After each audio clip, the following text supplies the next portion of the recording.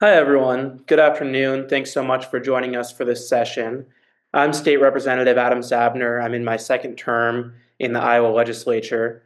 I was first elected in 2022 at the age of 23. My campaign was inspired by the number of friends I grew up with here in Eastern Iowa who I've seen leave the state due to the lack of opportunity, of frustration with regressive social policies, and really just a lack of effort from our state government to make young folks want to stay. I knocked close to 10,000 doors in my campaign between -10 and 100 degrees and ended up winning a really tight race.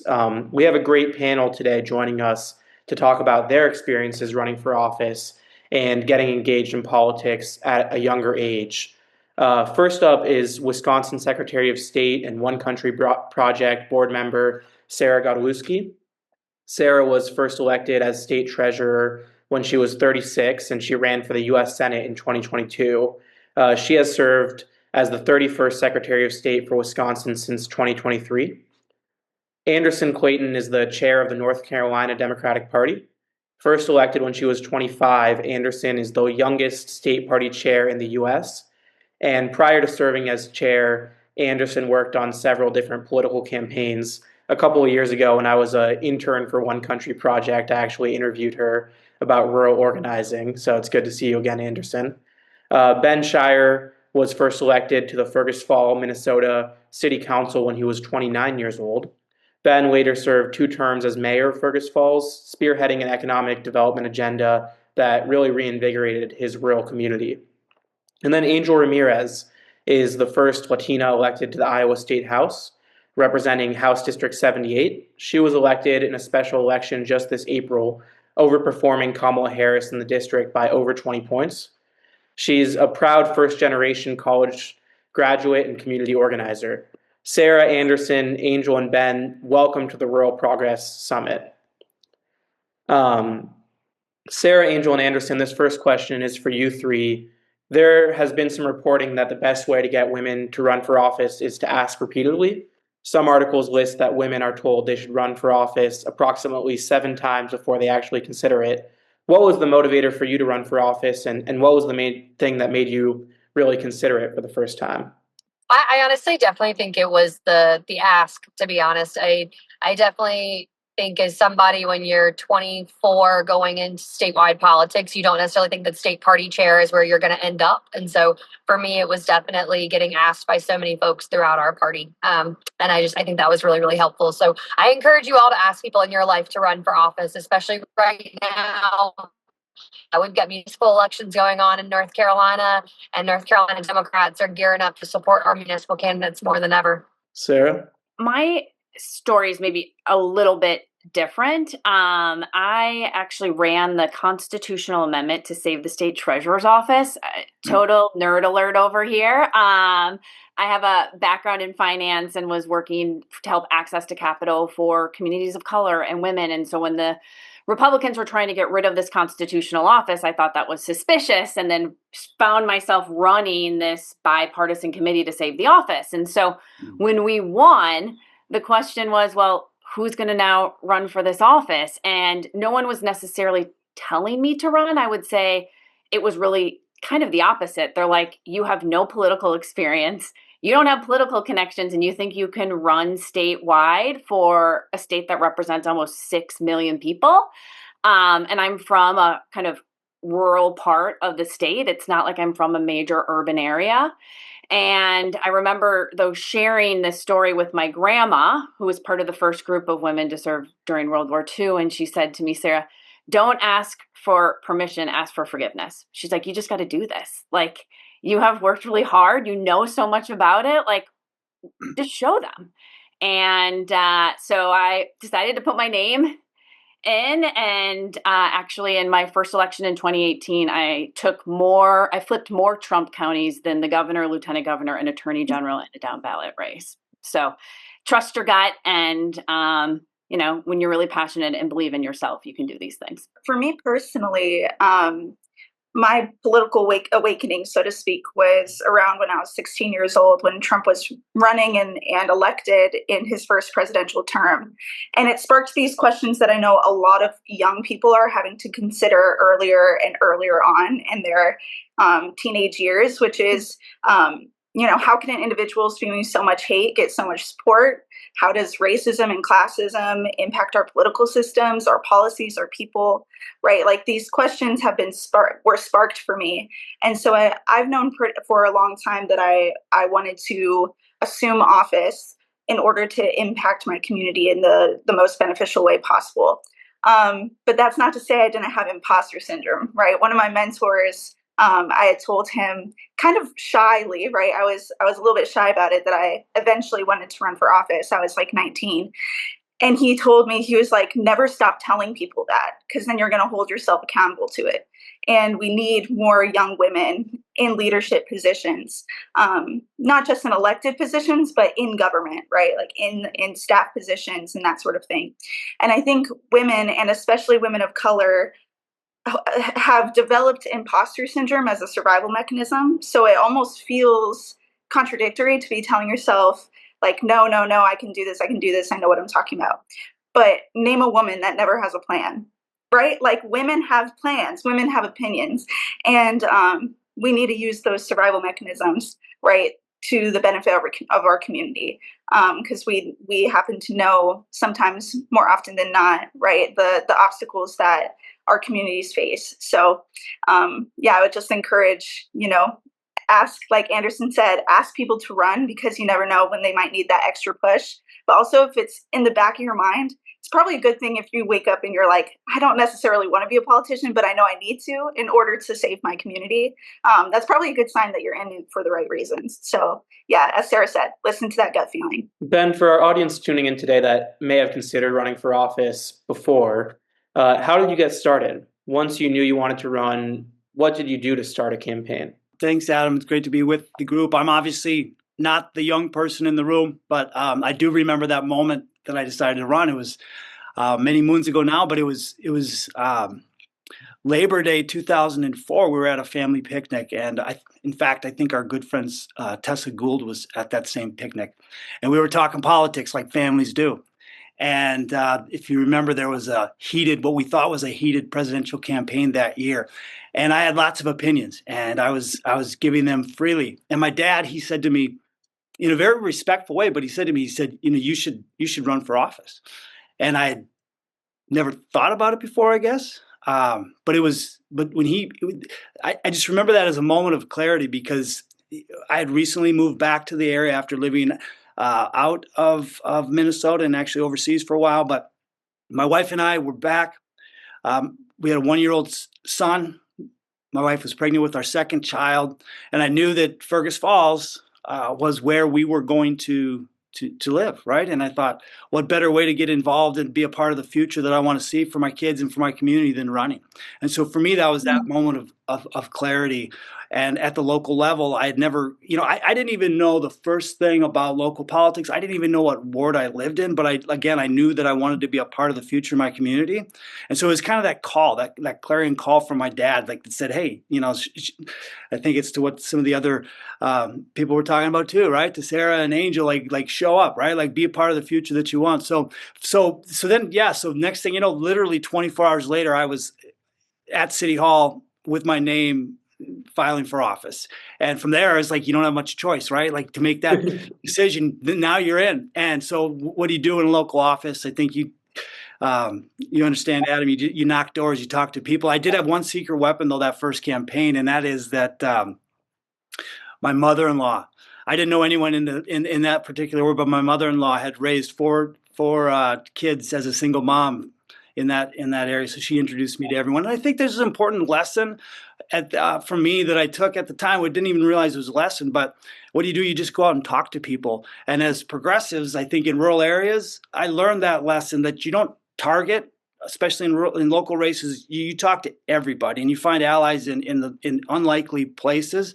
And I think that's something that we can learn from today. So that's my story. That's incredible. I'm going to open up this question to all of you.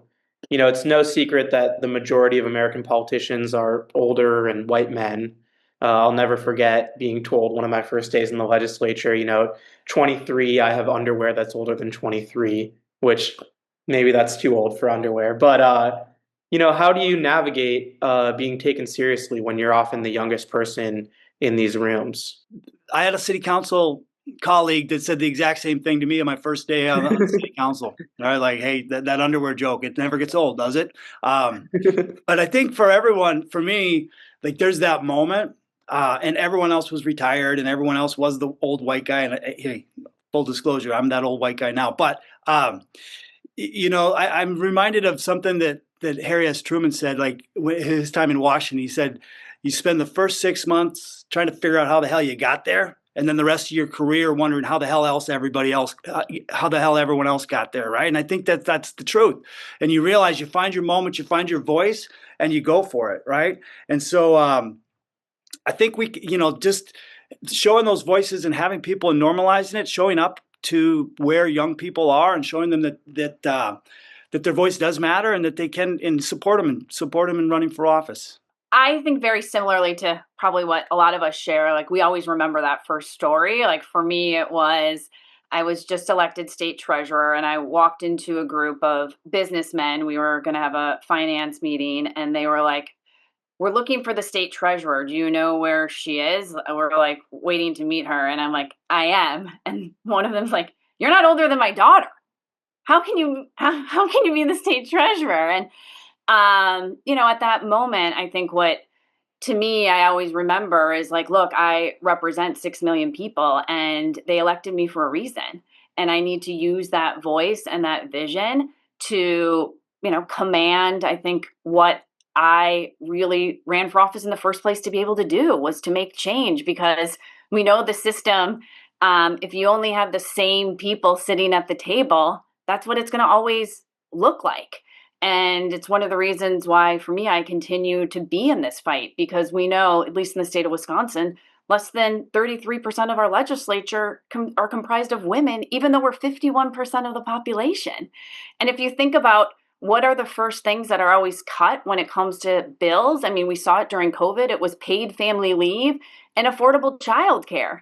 Now, if you had 50% of that body comprised of women instead of men that were in their 70s, that it wouldn't be treated like a political football.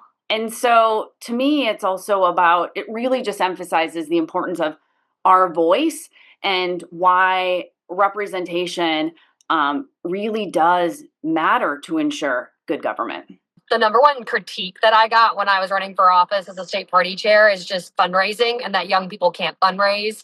And that's one of the biggest proponents that we have, I think, is sort of a theory of like that people can weaponize against young people when they're running for office, is that you're not going to be able to compete on that scale, and especially within the party structure. And so at least for me, it was making sure that I did the call time, that I worked hard, and I reached out to donors. I introduced myself. People that, maybe didn't give me money one year came back the next year, and because I had made those connections, were willing to do it the next time. But it was really learning how to make sure that North Carolina, that I could sell the state, and that I could also help people understand that giving to a state party was helping down ballot candidates, and then being able to disperse that funding. And so the state party was one of the largest funders for our Supreme Court justice, thinking about that for also my House and my Senate caucuses. And just the ability to do that was something where a lot of people bought into young people running for office and helped me enable that. And so it is a really powerful force, I think, with how we can legitimize ourselves, honestly, when we're in spaces like this, because people do listen to the folks that are funding them.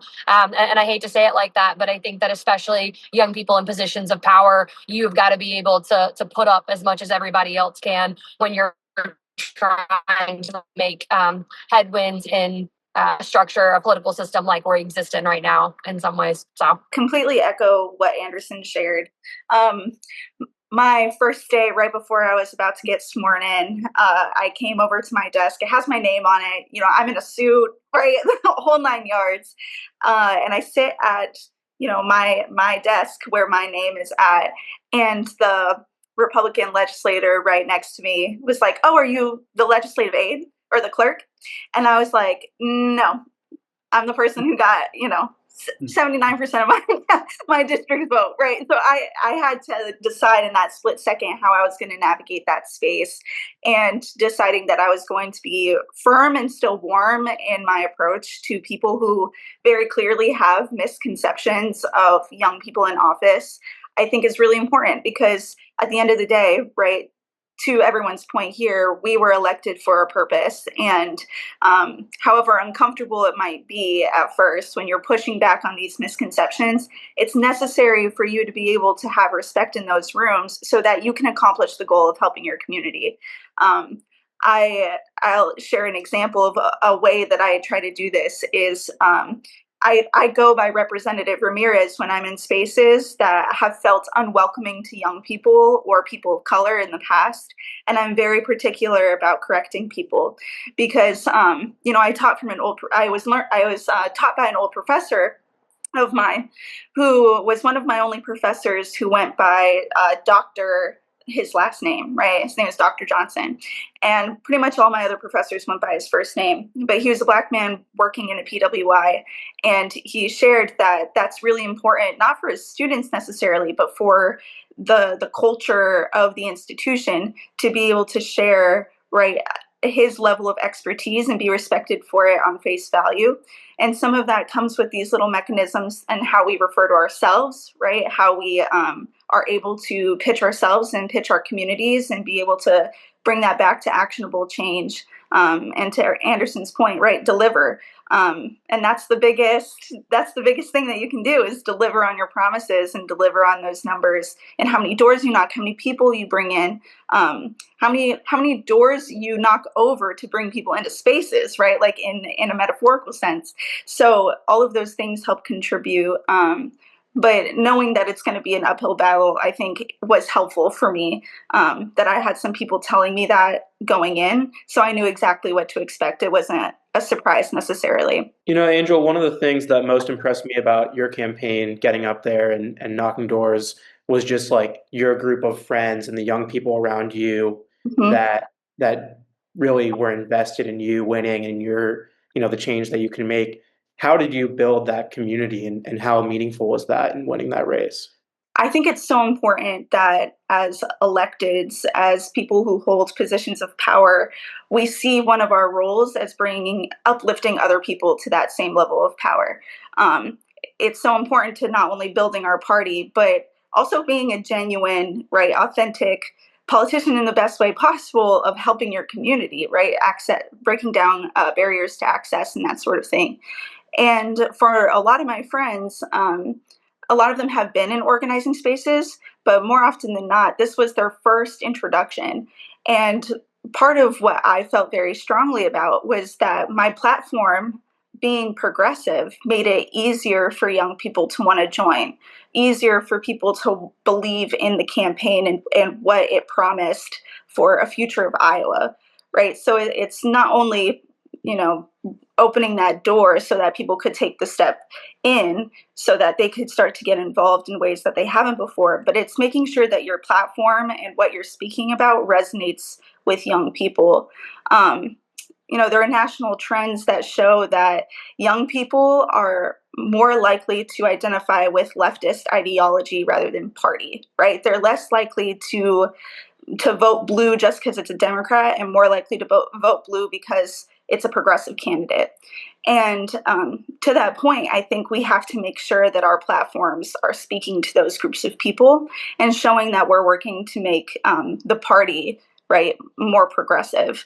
And that makes it a more inclusive space. Sarah, is there an experience prior to your political career that really helps keep you grounded in terms of being a champion for rural America and rural Wisconsin? Yeah, I mean, for me, it's my family.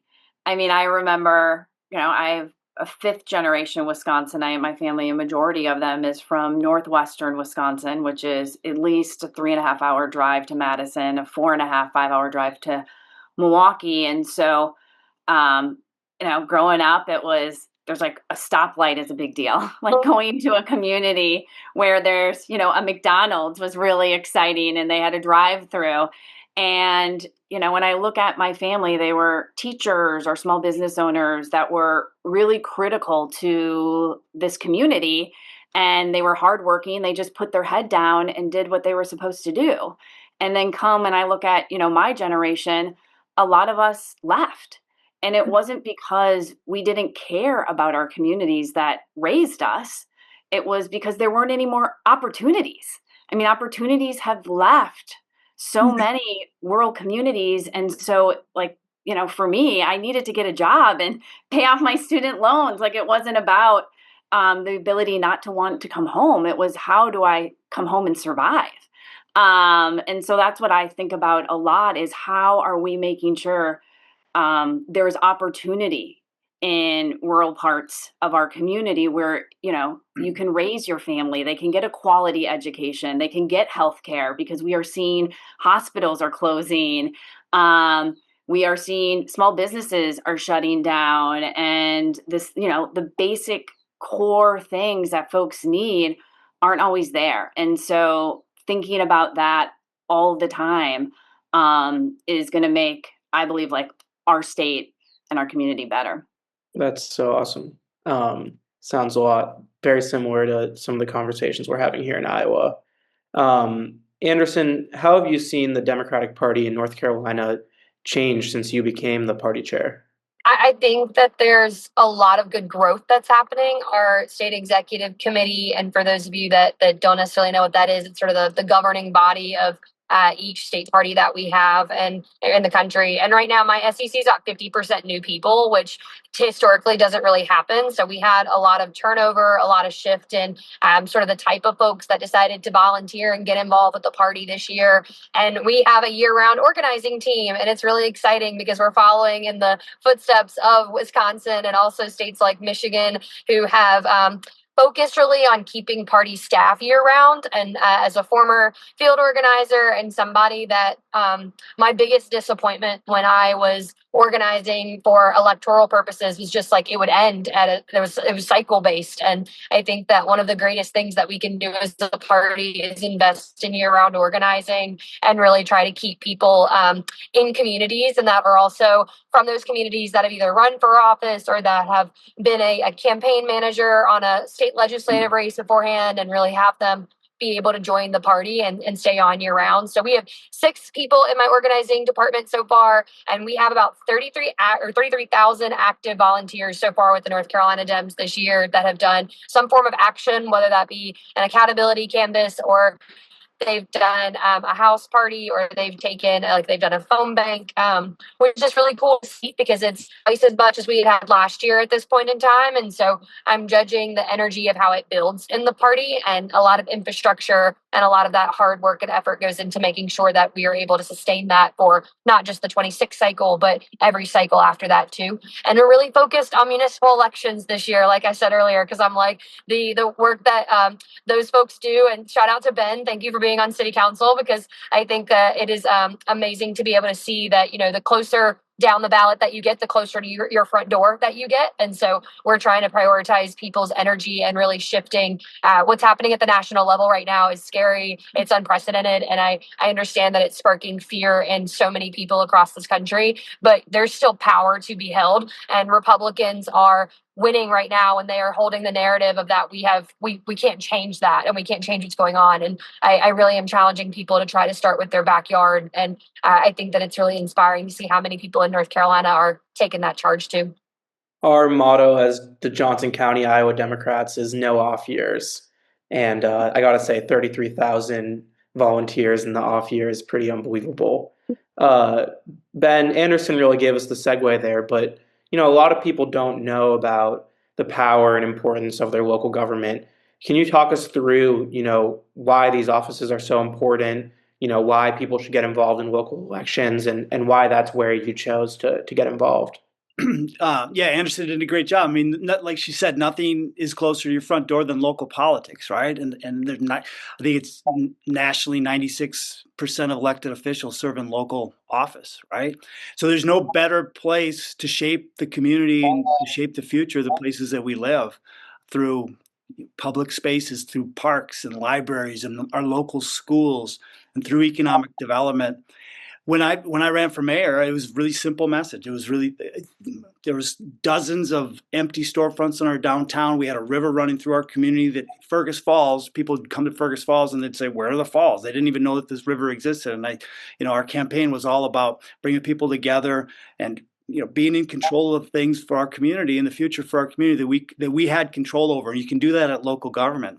And we invested in public spaces along the river. We brought people in. We leveraged limited public dollars to create private investment. We redeveloped industrial sites along the river that had sat vacant, not only vacant, but dilapidated and contaminated since I was in grade school. And so people saw that, right?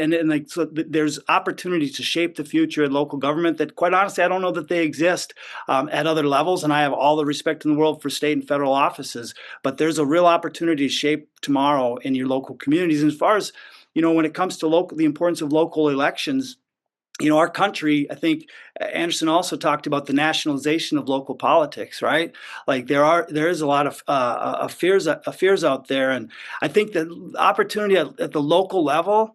So in where I come from, if local elections are going to be referendums on national politics, we're going to lose every time. Like that's just the reality of where I live.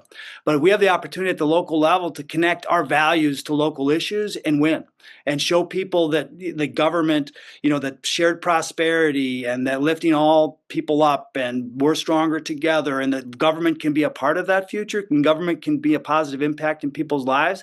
You can show them that in ways, I think, that connect with people. And again, it's right there. It's right in front of you. And who doesn't want strong schools for their children or for their grandchildren or for their neighbors' children? I mean, those are things that you can immediately have impacts, and again, share the values that I think as progressives we that are at our core. Show in different ways than they're getting on the national news. That's incredible. I really am inspired when I see those local candidates, cut through the national partisan politics and really focus on delivering for their constituents. Angel, you ran and won not only as a younger candidate, but as a woman and the first Latina elected in Iowa. And you also managed to win your district by a wider margin than Kamala Harris carried it by during the last election. What's the secret formula? What did you hear on the doors in Cedar Rapids? And how do we bottle that for other young candidates? I don't think the answer is super black and white. For me personally as a candidate, I've spent the last 7 years since I've lived in my town being an organizer, right? Being a community advocate. And so my community knows me, right? I think, obviously not every person knew me, but there was a lot of people in the community that trusted me because I've shown up for them and their interests and their families over the last few years, right? As a part of my very being, right? It's clear that it was genuine and it is authentic to who I am. And so I think that carried over. Some people can't say you can't push from the outside and push from the inside, right? I completely disagree with that. I think more organizers should run for office. I think more advocates should run for office because that's what you're doing, right? In your position, you're advocating for your community. So I think that had something to do with it. I also think, right, to your question earlier, we were able to get quite a lot of volunteers in a very short period of time. From start to finish, my special election was about 3 weeks. And that included a week and a half or so of getting the Democratic nomination from my local party. And after we got the Democratic nomination, we had a little over a week and a half where we raised over $16,000. We knocked every door in our district almost twice over. And we outperformed, right? We were able to get over 150 volunteers because, again, my community knew me and trusted me. And I didn't shy away from talking about difficult subjects. I know that you always have to, balance things as electeds, and I live in a bluer district, but I was still running against someone. I was opposed, and so being able to stand firm in my beliefs energized a lot of people, and a lot of people that I think from the outside looking in, you wouldn't have necessarily expected them to lean into a progressive platform. But they did, because people are tired of civil rights being stripped. Just in Iowa, that's being done on the state level, and then obviously we're feeling it from a federal level as well. People are wanting to believe in those who stand by their convictions and protect the most vulnerable in their community, and that was felt in my community. People were energized by that and felt inspired by our campaign's platform. We talked about human-centered policies a lot, right? How do we increase the quality of life of our neighbors? How do we build a community in which protects our kids, our students, our neighbors, our grandparents, right? Every single person in our community nobody should be left behind. So I think all of those things together created that secret sauce, right? The formula to be able to win and win big. And most importantly, and you kind of touched on this with your question earlier, breaking down barriers to get involved in politics, in advocacy, in community work was really important to our campaign. I want to pick up on that thread of organizers running for office. I was an organizer on campaigns. I feel like we still, we'll have votes in the legislature and I'll see the faces of people whose doors I knocked when I'm trying to figure out, what to do on these difficult votes. Anderson, how did being an organizer prepare you to be, the chair of a large organization like the North Carolina Democratic Party? I still talk to my organizers on a regular basis, and I think it made me I think any job that you have in a state party or even, in state office is difficult. I'll give anybody that. But I think still the hardest job on a campaign or elsewhere is an organizer's job. And so I will always try to make sure, no matter like where I'm at in sort of a coordinated campaign or whether I'm at, in a cycle like the one that we're in right now for the municipal elections, of just consistently checking in with the people that are closest to the people.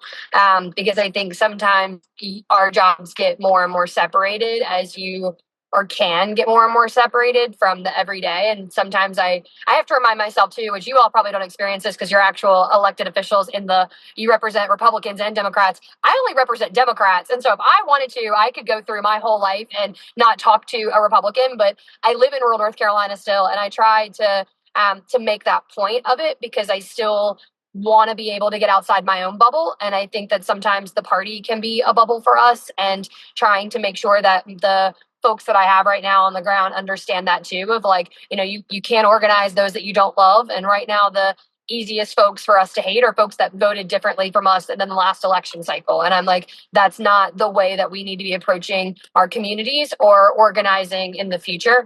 And those are really tough conversations, I think, to have inside a party right now. But like, it is something that I've always felt since I was organizing in Iowa. And honestly, I credit the state of Iowa so much with giving me the belief of what Ben has said so much on this, of just talking to every person. Like, limiting yourself and who you talk to in a rural community is actually the downfall and the detriment of our party right now. And I think that rebranding ourselves and reshaping what the Democratic Party stands for means that we'll talk to anybody and we're not afraid to. And actually, I don't really care what your party identification is. Like, I'm a Democrat and I'd love for you to be one, but I think that the conversation still needs to be there, even if you're not one right now.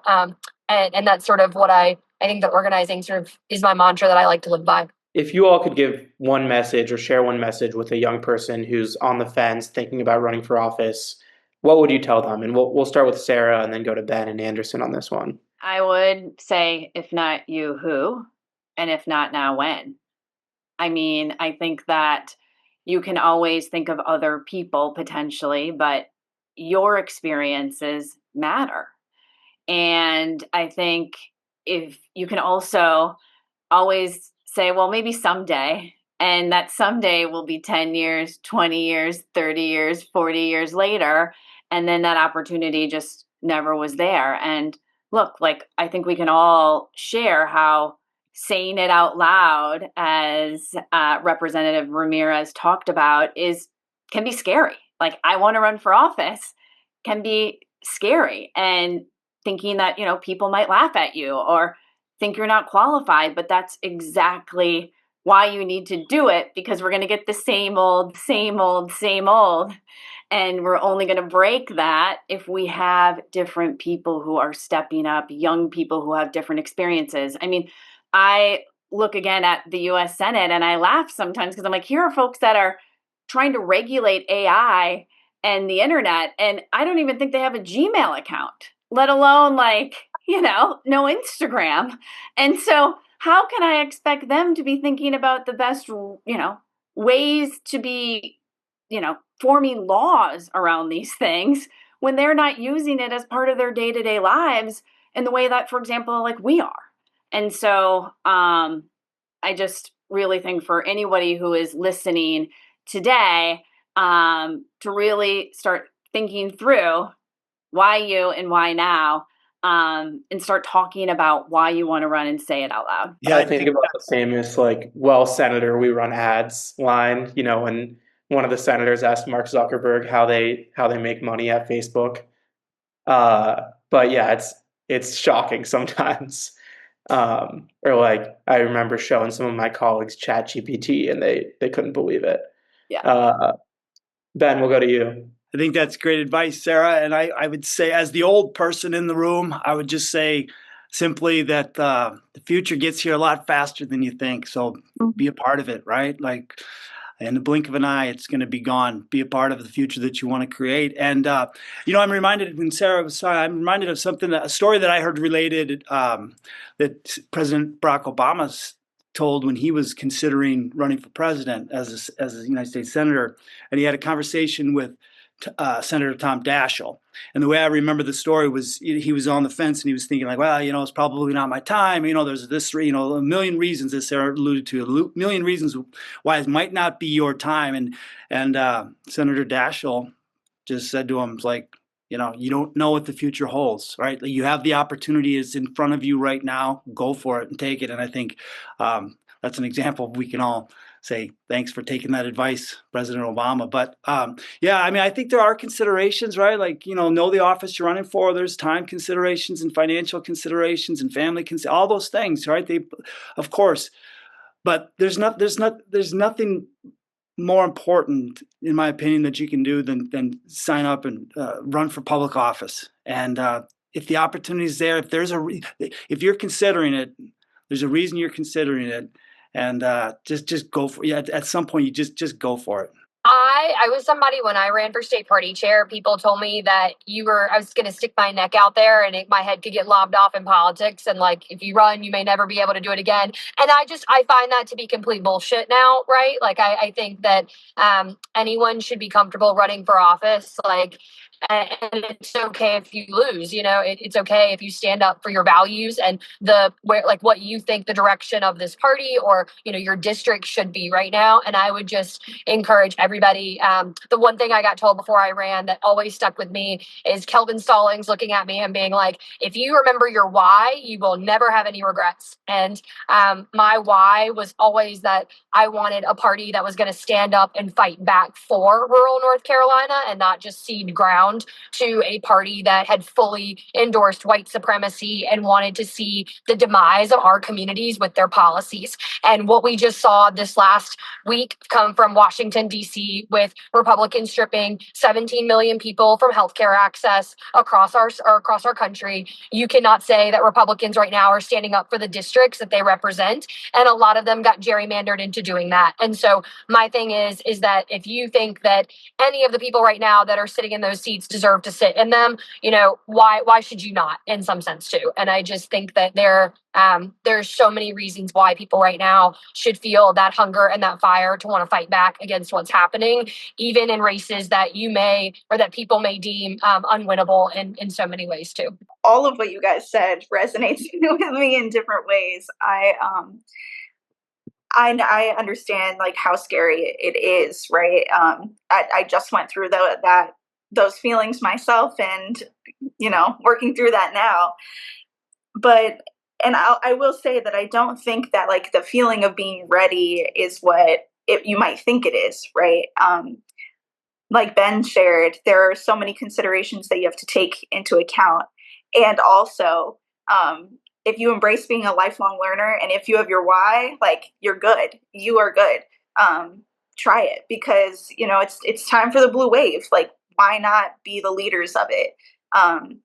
And I would also say that there's a lot of us who are seeing our local officials kind of cower away from protecting our communities.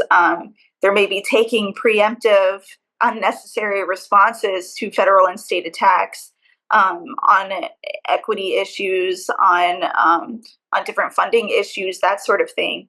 And that doesn't have to happen, right? We can have strong-willed leaders that are considering the most vulnerable in our communities and beyond in these positions. But we have to have people who are ready to take that stance. And if you feel that fire, go for it. Keep your politicians accountable. And when they aren't, when they're not protecting the people around you, primary the hell out of them, even if they're in your own party, right? That's how we shift our party for the better. That might be an unnecessary or a controversial opinion, but I think that, in order to shift our party for the better, we have to be willing to push it. And part of that is running and not cowering away and not falling into that fear that often the other side really wants us to fall into. The other theme I want to just hit on that I think everybody's getting to in their comments is fear of failing. I think part of the reason why people are afraid to run is it's really a public failure. Your name's on the ballot. You have to knock on doors. You have to go out there, and you almost feel like if you're losing, one could say like it's a public failure. And as somebody who has also run and lost, one of the things that my dad said to me, because I was really upset when I lost, and I wasn't upset because of myself. I was upset because I felt like I had let down so many people that I was really fighting for. The reason why I ran, a lot of women and girls, and this was at the height of when Roe v. Wade was overturned, and we had an 1849 abortion ban here in Wisconsin. And to me, my dad, looked at me and he goes, "Sarah, remember, failure's never fatal and success is never final." And, for you, your public service journey is just that. And it is going to continue to be a journey. And so I say that to everybody here because while it might not work out, when the door shuts, a window opens. And I think that's exactly also what you have to think about in running for office. You might not get it the first time, but you shouldn't be afraid to step up and try again. That's a really, really strong point. And I think, one thing I thought about a lot when I was running was, running a campaign that I could be proud of, even if it wasn't successful. We have a question in the chat about staying authentic to your real voice, and how folks in this group did this running as younger candidates. And obviously we're in an environment now where, the public expects so much more of your voice on all these platforms. Really curious to hear your guys' thoughts on that.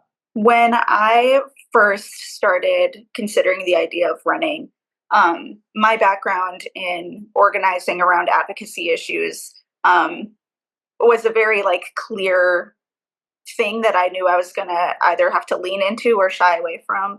And it didn't feel right for me to even consider shying away from it because I'm proud of that work.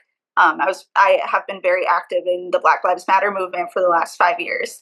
And I had some older people who used to hold office tell me, don't talk about that, right? Don't talk about these things because you might alienate people. And instead of listening to that advice, I leaned into being able to share my experiences and then relate it back to people who might not be as familiar as I am with those movements. I related it back to union workers and labor, right? I related it back to veterans who are fighting for mental health care and healthcare when they come back, right? All of those things. And so instead of shying away from it, I just figured out how to package it and make it more accessible to people with different identities. And I think that's how you remain genuine to your voice, to your messaging.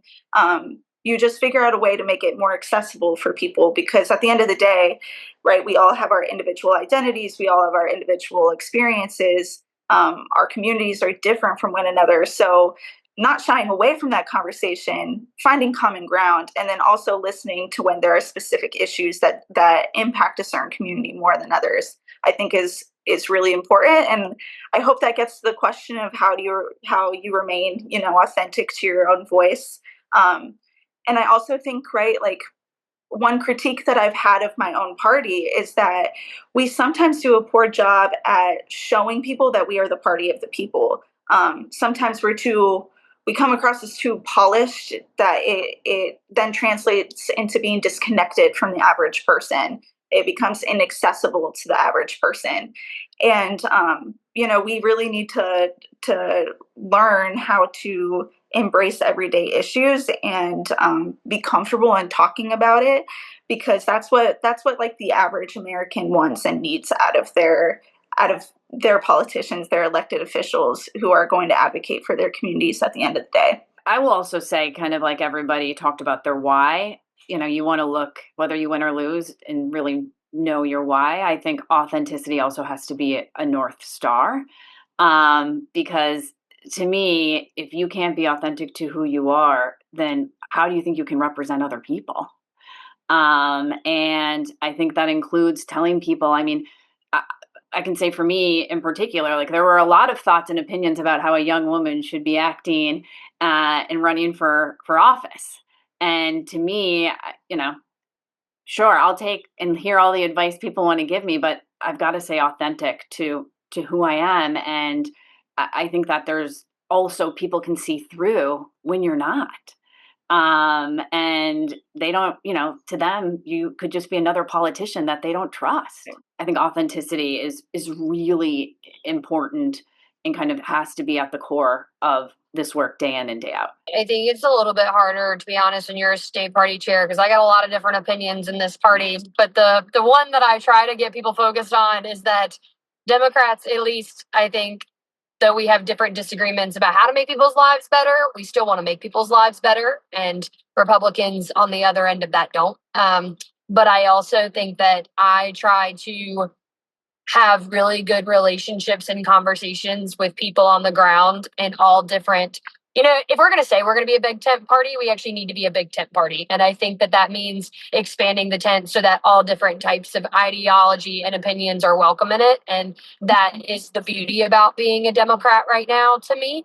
And I think it is that we have got to really expand the access to that to everybody. And that's something where I feel like me as a party chair, I try to focus on about how do you give a voice. And I think that a lot of people have touched on this earlier too, but extending the microphone to communities that need it the most and that also want to be heard. And I also really try to encourage, because I think that the biggest spokespeople right now for our party are the people that choose to run for office, because everybody is talking about a message, and I'm like, it's the messengers that matter the most to me and that matter the most to the people on the ground. And so I think that if you don't like the party too that you're looking at right now, or to the point that was made earlier, your representative, run, because like it is the time, it is the moment, I think, to be able to challenge systems and also to be able to grow our organization in the best way possible too. I guess I might just have my own personal experience. I served as mayor in a very, very conservative community, and there was a bunch of stuff I wanted to get done, and there was a bunch of things that were progressive ideals that I wanted to bring to our community, but I knew I couldn't do that if I wasn't elected. And so for me, it was go back to that why, figure out how does that why connect to the community that I want to serve, and then stay laser focused on, how do we bring economic opportunities to people, bring people into the process that have not been brought into the process before. And to me, it was really, really, really laser focused on that economic message that can connect the values of my progressive values to the community that I want to serve. And once you're in office, there's a lot, there's a lot of things you can do, but for me, it was just being authentic, understanding, looking at my kids and understand that I was doing, I wanted to see a community that they were proud of, that they had a future and that they could live in, that they could, they could call home and they see as an economically viable place to live and raise a family when they grow up, right? Mm-hmm. And in an environment where people are saying these rural communities are dead, and that was true in my community as well. But just stayed focused, laser focused on that economic message, which was authentic to who I was. I love that. I have a theory really with these local races that like folks really can get to know one thing about you, and so I always tried to stay really focused on my message of bringing young people opportunity for young people, and almost every question I found an angle to talk about it through that lens. Yeah, and we talked about, in my first campaign for mayor, we talked about rebuilding downtown and local business and making investments in our downtown and our river. And my wife and I started two Main Street businesses from scratch, like literally built them from the ground up. And that's authentic within our community, right? And if you can focus your message on that, it's amazing what you could do when you have that message that can resonate with people. And we all have that authentic. I think that in this party, we have the authentic voice that resonates with people and the caring for our neighbors and economic prosperity and bringing people. I truly believe our message is there. We just have to focus that on the issues that are locally that affect people's lives, and then go out and tell them and go out and meet them where they're at and deliver it. That's incredible. Do you all have any final thoughts that you'd like to share with our audience about, young folks running for office, your experience, and what folks can do maybe to help young people who are running for office? I mean, I think for me, it's just knowing that, when you run for office too, there's no playbook. That, there's not like an onboarding or something that people give you.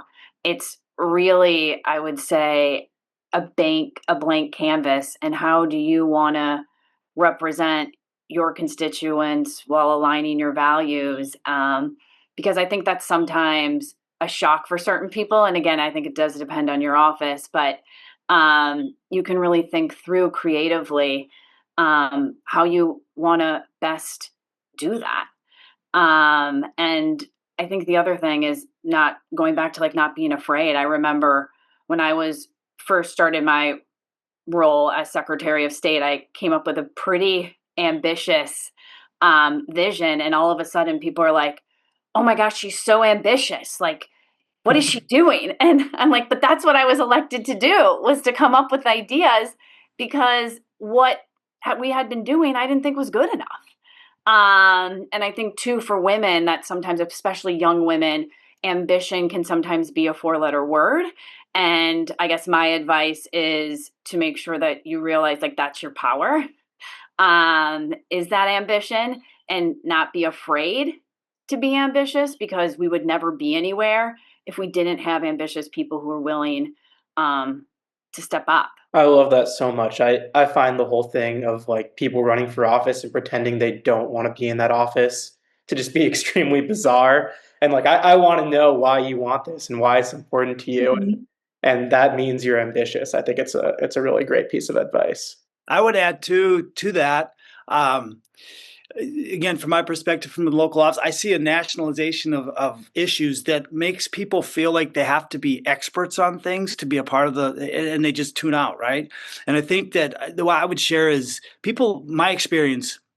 Some of the best conversations I've had on doors is when you just understand that like, you don't have the answers for everything. Nobody's expecting you to be an expert on every single issue you're going to run for, but they appreciate that ambition. They appreciate your why, your desire to serve.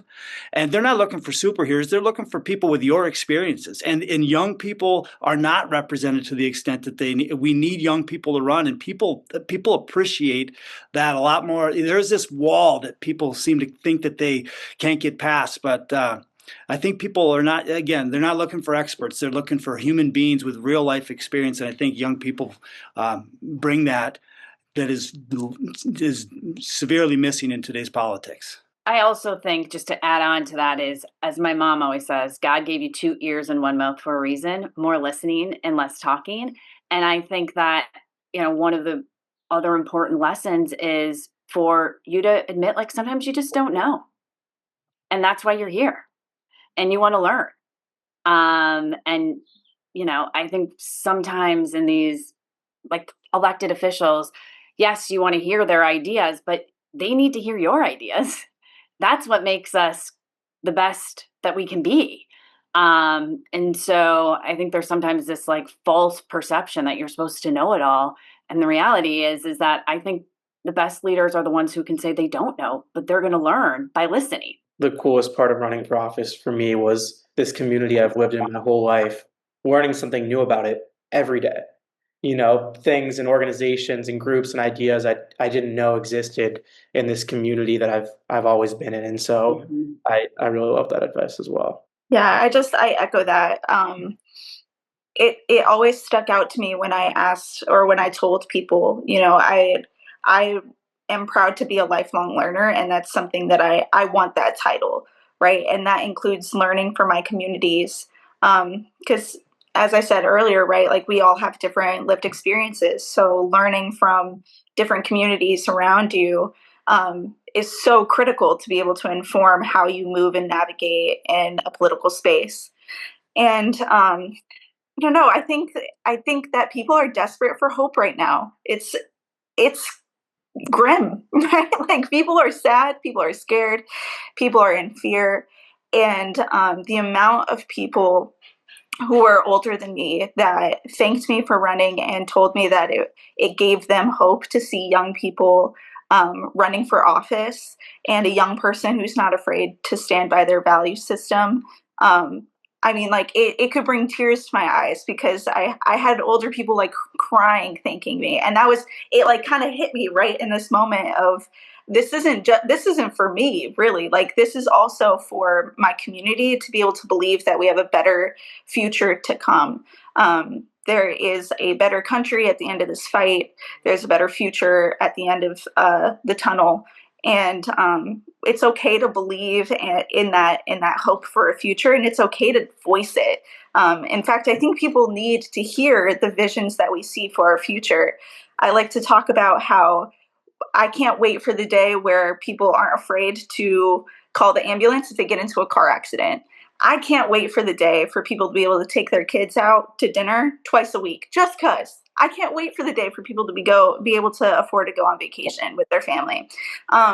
These are things that should be normalized, and it gives people hope to talk about them in a normalized fashion, because we need to hear that right now. We need to hear what a vision for the future can look like, and that really resonates with people. So just lean into that, because I know that young people are opinionated, and we need to share those opinions. We need to share our visions for the future. Well, Sarah, Anderson, Ben, Angel, thank you so much for joining us at the Real Progress Summit.